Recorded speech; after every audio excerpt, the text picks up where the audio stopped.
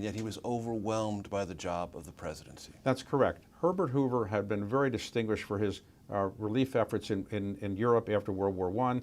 He was considered an incredibly talented person. He was a great Secretary of Commerce, and people thought he should be President of the United States. He was President of the United States, but then he was frozen. He couldn't really deal with the Great Depression when it arose, and he really was driven out of office overwhelmingly. And even after he lost, he kept trying to get Roosevelt to listen to him and say we should do this together as two presidents, but Roosevelt ignored that. You mentioned Grover Cleveland. There's not a chapter in the book about Grover Cleveland. Is there anything that retroactively fascinates you about the Cleveland presidency now that Trump has returned to office? Or are you similarly fascinated by the time in which he was president, the Gilded Age?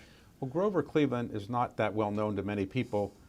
In fact, one time there's a story where that Tip O'Neill said to Ronald Reagan when he was giving a tour of the Capitol, he said, "This is the desk that was Grover Cleveland's."